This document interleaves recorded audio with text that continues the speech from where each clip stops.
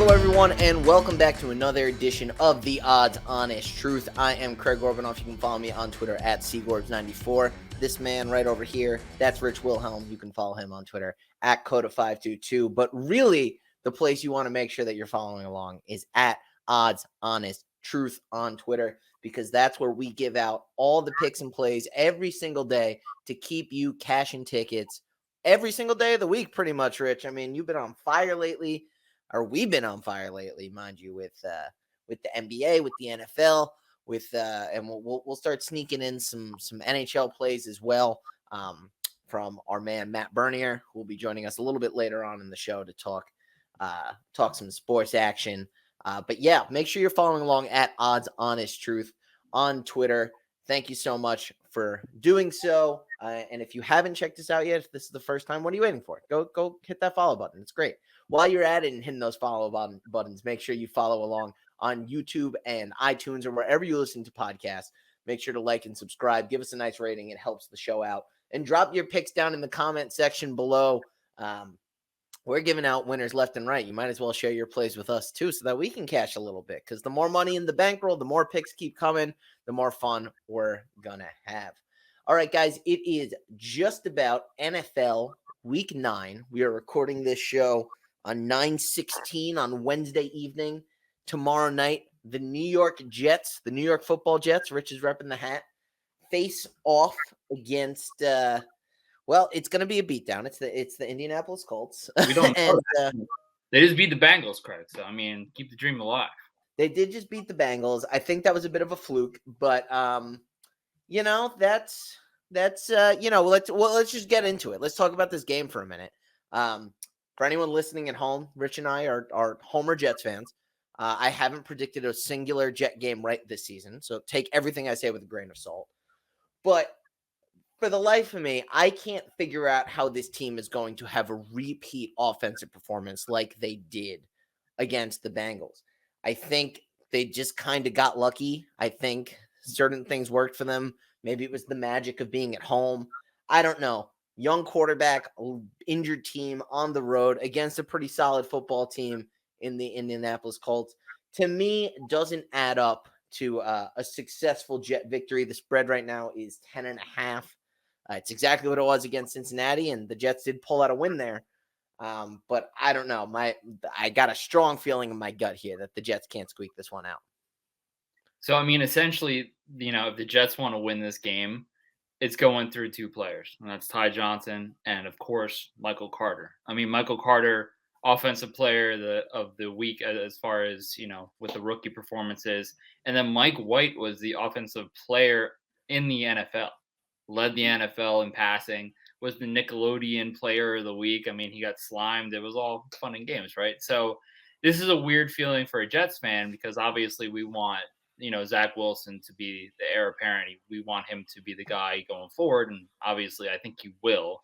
But it's going to be fun while he's hurt for Mike White to get his feet wet. And it's also really fun to bet this team right now, because when you have an inexperienced quarterback, normally they always drop it off to a running back. We saw that happen with Cooper Rush with the Cowboys. We saw that happen with Mike White the last couple of weeks with Michael Carter. Which makes it really fun to bet. Mike White. It makes it really fun to bet Michael Carter and Ty Johnson. So I'm going to jump right into the bets. Michael Carter, his rushing attempts this week, the over/under is 12.5. So for me, I think you're gonna make it easy for your quarterback. You're gonna go over 12.5. That's $25 to win 48.81. I'm gonna keep going with Michael Carter. Michael Carter receiving yards 35.5. He had 9 receptions last week. He had 10 the week before. He's catching everything. So 35.5. Let's say he averages 4 a catch. He's going to hit that. $25 wins you 44.27. And then also Michael Carter. This is my bet of the week, and I'm going to go heavy with this. His over/under for receptions is only 4.5 right now. Like I said, he had 9 last week, and he had 10 the week before. So 9 is more than 4.5, and 10 is more than 4.5. So for this one, I'm going to say $100 wins you $205. I'm not doing 25 because I'm going to bet more than that. And then let's go right to Ty Johnson. Ty Johnson, the other running back, Kevin Coleman's out this week, so it's the Ty Johnson and Michael Carter show. Ty Johnson rushing over 12.5 yards. He's the backup running back. I think he gets that easily. $25 wins you 45.83. His receiving yards are at 19.5. I think he goes over that. $25 wins you 46.74. And lastly, his receptions are at 2.5 right now. I think he's going to hit that for 25 wins you 47.86. And then the super boost, because everyone's on the Mike White train right now. It's actually, he needs to pass for over 240.5 yards and have one passing touchdown. Last week he had 405. It seems like the offensive coordinator right now is letting him just air it out wherever he wants to do. So I'll take 240, which is basically, it's more than half of last week, but 240, that's serviceable for most people. That is 25 to win you 50. But I'm not going to be a Jets homer, even though everything I just named was a Jets bet. Let's go to the Colts side of things, because I do think they win this game. Michael Pittman. Like I said last week on the show, I think he's definitely a wide receiver one. His over-under right now is 67.5 receiving yards. I think he gets that probably by halftime. $25 wins you 46.74. Also, his receptions right now are at 5.5. T.Y. Hilton is out for this game, so look to him to hit that over. $25 wins you 51.25. And then last week, we say it every week, the Jets can't cover tight ends. So what did we do last week? We bet the tight end. The tight end hit. This week it's Mo Alley Cox. The over-under for his receiving yards is 22.5, I'm sorry. $25 wins you 45.85. And then what else do I got here? So I got Jonathan Taylor anytime touchdown, which is just free money every single game. $25 wins you 41.13. And again, I think this is going to be closer than what it would have been, me talking last week before this game. Carson Wentz, at the end of the day, he's very questionable with a lot of his decisions. The Jets might get their second interception of the year, but I didn't bet it because I can't do that because they only have one through all these games. But there's a lot of good value bets here. Michael Carter over the 4.5 receptions. That's definitely the one to hammer. I would go heavy on that because I think he might have that by the first quarter. Yeah, one thing about the Jets offense last week, it looked like they finally came out of their shell. I think they were playing very conservative with Zach Wilson under center and with Mr. White at quarterback. I think they're kind of realizing they're going to have to be loose. They're going to have to be creative if they want a shot at things. It worked against Cincinnati. And let's see how it works against Indianapolis. I really like a lot of your plays. I think, you're hammering the right guys. I think it's going to be a fun Thursday night matchup. I'm looking forward to it for sure. Let's take things on over to the college football scene. And that means we're going to throw it over to the man, the myth, the legend, Mr. Stucast Sports, Alan Studer. Alan Studer, let us know who you're playing this week in NCAA. All right. Thanks, Craig. Welcome back in. College football. We're at week 10 already. It's like crazy. It's going by so quickly. Last week, super tough. Gave out Miami as a 9.5-point dog. They went outright. Gave out Florida State. And we all know that's one of the worst beats you're going to see all year. We're going to get back to it. We're going to get back on the grind. We got 3 plays today, and I got a money line dog play for you. And that will only be available on the Odds Honest Truth Twitter feed on Saturday and the Chalkboard site. Come join us. It's a lot of fun. We're chatting it up every single day. So I'll drop the play in there as well. So stay tuned for that. 3 games, give them to you real quick. The first, a spread play. It's my only spread play I'm giving today because I like a few totals. Baylor giving 6.5 on the road as they take on the Horned Frogs of TCU. TCU fired Gary Patterson. He's out for the first time in what seems like forever. He's always been the head coach from what I remember there. it's a tough deal. It's a tough deal, especially for TCU, who had what most would consider a reasonable shot in the Big 12 to make some noise, and expected to be a fringe top 25 team on the outside of the season. But really what you've seen is Max Duggan hasn't played very well. He's kind of inconsistent. The turnover bug killing drives. They're not capitalizing on red zone opportunities. You combine it all together, and that's how you get blown out in Lawrence against Kansas State, and that's how you get blown out to West Virginia, and it's not pretty. And right now, Baylor's a team hot off a nice win against Texas, a game that they were really behind. I mean, Texas was exploiting them early. They made some great second half adjustments, and Bohannon kind of did what he needed to do. He's kind of a electric, do everything kind of quarterback. Passing wise, not the greatest, but he can move. He can move the pocket and make some plays happen downfield. And I think just walking into this, TCU's a team deflated. I expect Baylor to come in, assert themselves. Baylor's very much alive in the Big 12. They got a lot to play for. 6.5 is a weird number. Get it while you can. It may go up past 7. That wouldn't surprise me, but I think 6.5 is where it's going to stay. And I'm going to lean with the Baylor Bears this weekend. 2 overplays. I'll give you the one that I like a little bit less and save the last for my lock of the week. The team we love on this show, I love them, you love them. Bailey Zappi, Jarrett Stearns, the Hilltoppers from Western Kentucky. Now, I'm going to draw a college basketball parallel. Check out the Stu Cast. We got Spencer Luganville, shout out in the money. We're going to be doing a college basketball show every single week and dropping picks here on Odds Honest Truth for you.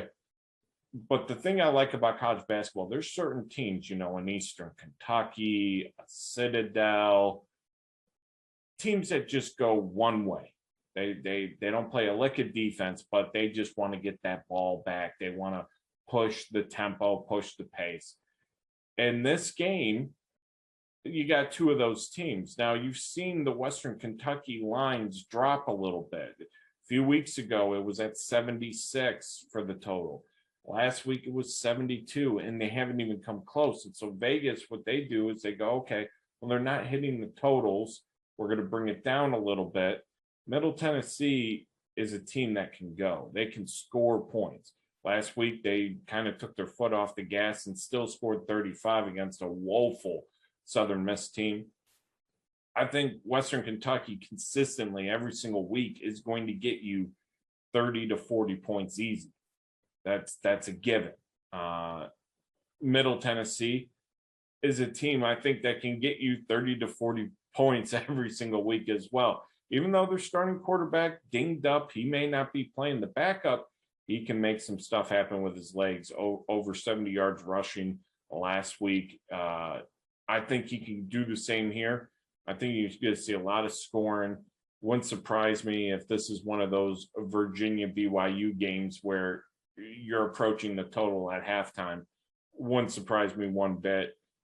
Give me the over here. I like the Hilltoppers to get that over and get that total points going again for us. My lock of the week, though, and I was shocked when I saw this line. Wake Forest, North Carolina, over under 76.5. Total steadily rising. I think it opened at 75. If I was in Vegas, if I was making the line, I'd probably make it at 85, 86. I was kind of expecting it to be there. It's not. This is an over machine. Last year, 59-50 game. And I think it's very possible you see a repeat of last year. Look, Wake Forest and North Carolina are doing the Spider-Man thing where they're pointing at each other. Because that's what they are. They don't really have defense. They don't play it. They get gashed by the run. They get gashed by the pass. And these are 2 of the top 15 offenses in the country, give or take. Ty Chandler is going to get his yards. Sam Howell's going to run around and get his yards. This is a pseudo rivalry game, in-state foes. I think you're going to see both just try and light it up.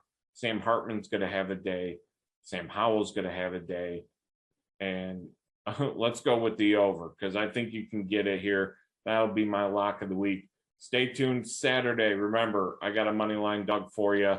So check us out, and I'll send it back to you, Craig. Thanks, everybody, for watching. Thanks so much, Mr. Stewcast Sports. And Rich, he did make a shout out to dropping some picks in the Chalkboard app. I think now's a really good time to give a little bit of a tease here to an exciting new opportunity that we're going to be having with the fine folks at Chalkboard.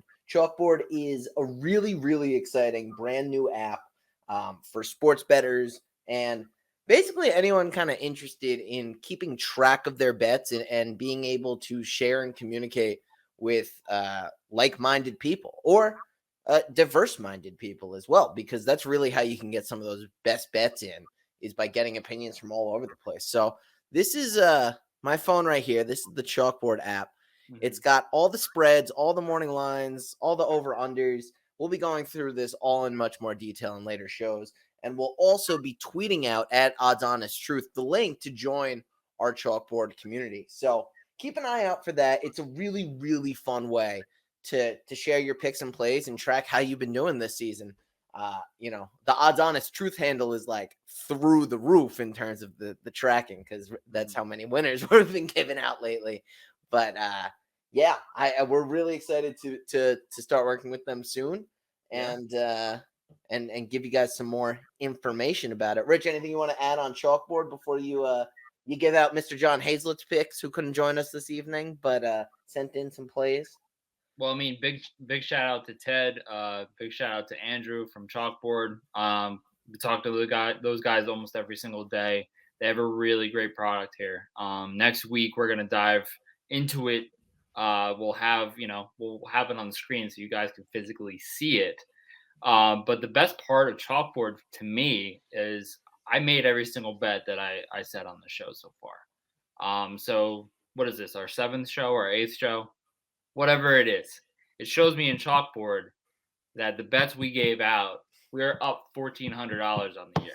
So I mean, for most people that's paycheck. So I'm happy that we can do that for you guys. It depends how you bet it. If you parlayed it, if you did a straight bet, whatever it is, I like to see profit. And I see it on my app, and they're doing something where you can have the message board with your friends. And we have one right now where we're putting bets in there every single day. That's how the Cole Anthony bet was born from the Orlando Magic. And he hit as we were on air. So there he is, automatic. The Cole Anthony bet is alive and well. If you guys don't know the Cole Anthony bet, it's 1.5 threes, and he shoots like 6 or 7 a game. He might only make 2, but he's making 2. Tonight he shot 10, so he only needed to get 20% of those bad boys. It took until 44 seconds left in the game, but Cole Anthony, we got there. We got there. And it's one of our favorite NBA angles as well. Is tracking these 3-pointers, and especially a team like the New York Knicks, who seems to be living and dying by the 3 ball. You can take almost any of the over-unders on 3 points for the Knicks, and I pretty safely bet the over most games. I obviously there's no 100% rule here with these angles, but they're a team that likes to shoot from 3 a lot. So the only 100% angle so far has been Cole Anthony. RJ Barrett 1.5. I don't know why they're not bringing his lineup, but he'll shoot like Cole Anthony. He'll shoot 6 or 7 a game. He might only make 2, but he's making those 2, and he made them again tonight. So Kemba Walker had an off night tonight, but not everyone could be 100%. We bet Kemba almost every other game, and he delivered and then some. So Cole and RJ, those are our horses moving forward. It's really fun to bet 3-pointers because they're just so fun. They could happen in 2 minutes, or they can take a whole game. Exactly. So it makes the game more interesting. Especially if you're an Orlando Magic fan, because they're always playing from behind. So you got that young stud Cole Anthony, maybe not tonight, but he hit the bet. That just makes it fun. So it's fun. Yeah, that's it. That's what betting should all be about. It should be about fun. So it should be about fun and getting a little bit of a profit, right? It's not fun if you lose. It's only fun if you win. So this year has been fun. And we got our guy John Hazlett, who I don't know. As far as betting goes, he kind of puts me and you a little bit to shame with how much he throws it around, how much he wins. And this week he has 3 picks for us, so I'm going to just jump into those for you. And they're actually 3 picks that are different from my picks, which is kind of perfect for this show, so we can kind of talk about all the games. This week he has the Falcons Saints over 42 points. If you look at this game as a whole, I'm kind of thinking, he knows that the Falcons defense isn't the greatest, and he thinks that Taysom Hill is probably going to do some weird plays to get in the end zone. Kamara is always scoring. And then Kyle Pitts is on fire right now. Even without Calvin Ridley, the Falcons are going to put up a lot of points. The Saints always put up a lot of points, and they just beat the Buccaneers. So I agree with John on that one, over 42. He has the Cardinals -1 versus the 49ers. If you're looking at this game, Kyler Murray is a little hurt right now, which is probably why they have the spread it is right now. The spread right now kind of is like Kyler might not play. I think the midget will play. Let's put him in there. AJ Green's on the COVID list, so he's going to be out. D-Hop is a little hobbled, but at the end of the day, the Cardinals, they're just a fun team. The 49ers are kind of on the downswing. Kittle just did come back to practice. We don't know if he's going to play. Debo's hurt, but, Debo, again, we said like last week, he's like Joel Embiid. He's going to play, and he's going to light it up, and he did. He had 27 fantasy points last week. And lastly, he has the Patriots -3.5. versus the Panthers. Sam Darnold's out. That's kind of what he's going with, which to me, Sam Darnold in or out, that's the same thing. I'm still going to take the Patriots in this game. Mac Jones just drops it off for 3 to 4 yards every single pass and just lets his team work. Damian Harris is on a tear. He looks like definitely a bell cow right now. Patriots are trying to stay in the mix of things with the AFC East. I think the Bills are going to run away with it, but they can at least try. And I agree with that one too. I think the Patriots, they can definitely cover 3.5 against this injured Panthers team. So. Yeah, especially with the injuries. I'm a big fan of former XFL quarterbacks as much as the next ones. And I got my boy PJ, and we got Heineke on the football team repping the old XFL. But yeah, not I agree. I don't think they're the same caliber of a team as New England right now. Yeah, Buffalo should pretty much run away with that division. We'll talk about that game a little bit later on. Before we get into your and mine's last crop of games, we are going to be joined once again by TV's own Matt Bernier. MB, why don't you take it away? Who are you betting this week? Matt Bernier from the Matt Bernier Show in the Money Media, NBC Sports, en route to Del Mar for the Breeders' Cup. But I owed producer Craig a pick because I forgot to get it to him last week in the midst of everything. This week, NFL, I think there's a prime opportunity, given the way, let's call it recency bias. There's a game scheduled on Sunday that the spread I don't think is nearly indicative of actually where the two teams are at this point in the game. The Browns and the Bengals. I know it's the Battle of Ohio. I know it's a rivalry, this, that, and the other. I'm seeing the Bengals favored by 3. My power rating suggests it's about a 4.5 point difference in favor of the Bengals. The model that I use and the eye test suggest the Bengals are going to blow the doors off the Browns. I think the Bengals win 28-16, and here's why. Cincinnati, coming off that loss against the Jets, I think the public perception is, maybe they weren't as good as we thought they were if they're going to lose to a team like New York. Keep in mind, it was the perfect letdown scenario for Cincinnati. On the heels of that giant victory over Baltimore, you've got a Jets team who they don't have anything to lose, and little did anybody know that the backup, Mike White, is going to go out there and light the world on fire. But point being, it was a perfect storm for a letdown game for Cincinnati, and they still almost got it done. Now you take on a Browns team that is banged up. I don't think Kareem Hunt's going to be back. We know that Mayfield is just basically operating with one arm at this point. The other thing, too, about the Browns, Defensively, I don't think they're quite as stout as many people thought they were going to be heading into the season. But more importantly, for a team that the running game has been so important and so vital to, I think the loss of Kareem Hunt really, really changes things for Nick Chubb when we're considering that Mayfield is very, very compromised. Nick Chubb, to me, is the classic north-south, up-and-down kind of running back. Hunt is much more of your third down back, your pass catcher, and I know I'm not breaking any news to anyone. And even Dearness Johnson kind of fits into that mold a little bit more. But when no one has to respect any kind of pass or very little passing game, and keep in mind, yeah, they've got some weapons on the outside, but like Beckham is just an absolute shell of what he used to be. Jarvis Landry all of a sudden is having some drop issues. I say all of a sudden, he's had drop issues his entire career, but he's also always banged up. And they've got some decent other weapons, Njoku. You know, they've got some decent guys. But the bigger piece for me is if all of a sudden you take away Kareem Hunt and you take away any kind of a threat outside, life becomes a lot more difficult for Nick Chubb against a Bengals defense that I think is pretty decent. You combine that with the fact that I think the Bengals just kind of got caught sleepwalking against the Jets. I think they're going to bounce back. Not only do I think they cover the 3, I think they win going away. I think they win by double digits. I mean, the Bengals -3 at home against the Browns on Sunday afternoon. Joey B, Jamar Chase, the Bengals get it done.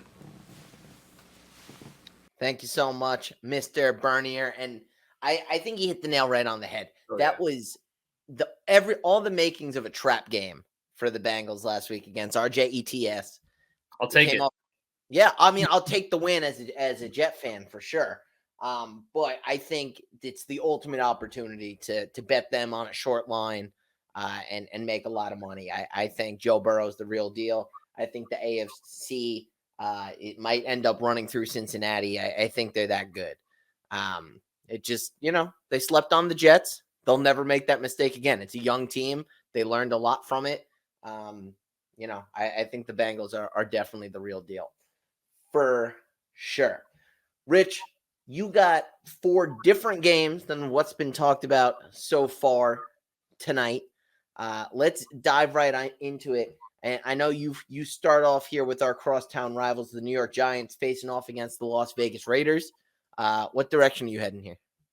I'm going Las Vegas. For me, I think there's too many injuries on the Giants, and they're mounting and mounting and mounting. Saquon is now on the COVID list. That's not saying Booker is not, a serviceable backup. He's doing great as far as, fantasy football perspective. From a betting perspective, he's definitely someone you want to, take the over on receptions and yards and everything else like that. It's just the Raiders on the other side of the ball, just to me, are the better team. You have Waller coming back. I really like what Josh Jacobs is doing this year. And Derek Carr, somehow, some way, is playing lights out this year. He knows that he's playing for his job. So, ever since a certain coach left, they've been on fire. And even before, they were still playing pretty well. So they lost a receiver this week, which we're not going to talk about because his name doesn't deserve to be on our show. But they're going to make up for him, because, you got to make up for someone who's not a person at the end of the day. So Raiders -3. I'm going 25 to win 50. That one I think is pretty easy for me. That's going to be something to wet my whistle to start the week. Yeah, I agree with you. I think that even with some of the recent headlines for the Raiders, they're just a better team than the Giants at the end of the day. Let's move on to your next game here. It's the Buffalo Bills. It's a crazy spread against the Jags. I bet the Bills to have a crazy spread last week. It didn't hit. I believe you bet the Jaguars, and I believe that didn't hit either. So 2 teams, both disappointing last week. Which way is this heading this week? I'm so happy my parlay is made up for my spreads last week because I didn't think anyone could lose to the Seahawks the way that the things were going with, Geno Smith and everything on that team as a whole. But the Jaguars proved me wrong and they got demolished. So to get demolished by the Seattle Seahawks minus Russell Wilson, I can only imagine what's going to happen to them with Josh Allen and these Buffalo Bills. 14.5 kind of seems low, which is weird for a spread. I think the Buffalo Bills win by 3 touchdowns. Emmanuel Sanders was very quiet last week, and by quiet I mean 0. So I think he gets back in the game. Stephon Diggs is going to get healthy again against this team, and the running game is gonna be here. You're gonna have a little bit of Moss. You're gonna have a little bit of Singletary. You might even have a defensive score. So for this one, $25 wins you 47.73. I think the 14.5 is probably accomplished by halftime. Yeah, I'm inclined to agree. I think if I'm going to play around with some parlays this weekend, they're going to be kind of based around this spread. I feel pretty confident in the Buffalo Bills just beating the dog poop out of the Jaguars. I got a game that I'm going to throw in here. Tennessee Titans at Los Angeles Rams. Give me the Rams minus 7.5. I think without Derrick Henry, the Titans are a pretty one-dimensional team. I think they're pretty injured. I think, last week when Henry got out of that game, you saw them really struggle to move the football. And I just think that the Rams are playing at a top tier level. I think they're one of the best teams in the NFL. They got better too this week, making the blockbuster trade for Von Miller. That defense just keeps acquiring talent. They got one of my favorite quarterbacks in the NFL. Give me the Rams Sunday Night Football. The Rams just hate covering spreads, though. And I agree. They got Von Miller now. They'll get there. This time I agree with you. But last week, how disheartening was it for the people who bet the Rams spread? The spread last week was 16.5, and the Rams won by 16 after being up by like 30. So, yeah, I agree. One-dimensional with the Titans. McNichols isn't going to be the guy. So the Rams are probably going to run away with one. And also, we got to talk about these Ravens. These Ravens had an off week against the Bengals. Not last week, but the week before. I think they get healthy this week, -6. The Ravens, you said before, the Bengals are going to be a force to be reckoned with in the AFC. I think the other team is the Ravens and then the Bills. I think those are kind of the 3 big guys on the AFC. For me, I'm going to take the Ravens -6 this week against the Minnesota Vikings. The Vikings just lost to a Cooper Rush-led Cowboys team. So Lamar Jackson is a little better than Cooper Rush. And I think that, the defense for the Ravens could definitely stifle Kirk Cousins. He's just not throwing the ball to Thielen, and he's not throwing the ball to his big playmakers. So Jefferson, I think he had, he did 3 targets last week, or was it Thielen that had 3 targets last week? I think they had a total of 9 between the 2 of them, which is not how you want to win that game. So -6 for the Ravens, $25 wins you 47.73. And Craig, do you want me to go on to this last bet of the week? Because this one is an easy one. Yeah, let's hear the easy money. Who's your last play in the NFL this week? You might want to just empty your bankroll on this one. The Chargers are favored by 1.5 over the Philadelphia Eagles. The Philadelphia Eagles just beat up the Detroit Lions. The Detroit Lions do not have a single win. The Chargers are probably that 4th team in the AFC that is competing for the AFC title right now because the Chiefs fell off the face of the earth. This one, it's $25 to win you 47.73, which is what we always do with spreads. But I'd feel comfortable doing 100 on this one. This is definitely my bet of the week. My other bet of the week, obviously, I gave you Michael Carter over 4.5 receptions. Those are the ones you want to go heavy on. I just don't see how the Chargers don't cover this. There's no way. Yeah, odds on is truth. I'm going to plug our show. There's no way that the Chargers don't cover 1.5. The Eagles just got really lucky on all fronts last week, and the Chargers are not going to let that happen because the Chargers are not the Detroit Lions, and they will not have the first overall pick in this NFL draft coming up. Totally different team. Eagles are going to be beat down by at least 14 here.